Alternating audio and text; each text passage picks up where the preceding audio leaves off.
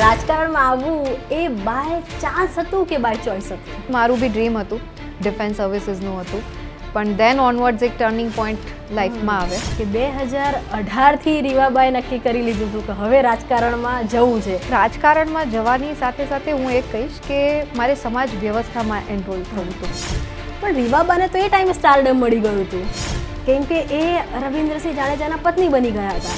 તો પછી ફરીથી આ એક આખી નવી શરૂઆત કરવી, નામથી ઓળખાવું એ મારા માટે ગૌરવ અને પ્રિવિલેજ છે. તો એના માટે મને રિસ્પેક્ટ છે, બટ એના સિવાય શું? રીવાબાને કેટલા સમય પહેલાથી ખબર હતી કે રીવાબાને ટિકિટ મળે છે? ભારતીય જનતા પાર્ટી એ કહેવાય ને કે શોક આપવામાં અને સરપ્રાઇઝીસ આપવામાં બહુ એક્સપર્ટ છે. ચર્ચા હતી તમને ખબર હતી? હા, ઓબ્વિયસલી ખબર હતી. હું સેન્સ આપવા નથી ગઈ. થોડું હોમવર્ક કરીને ગયા હતા તમે, જે સમાજ સેવા કેમ કે સોશિયલ એક્ટિવિટી ઘણી કરતા હતા. એ ટાઈમે હું લગભગ 100 જેટલા ગામડા ફરી ચૂકી હતી. રીવાબા શું માંગે છે? એબ્સોલ્યુટલી હું સિસ્ટમને બેટર કરવા માંગુ છું.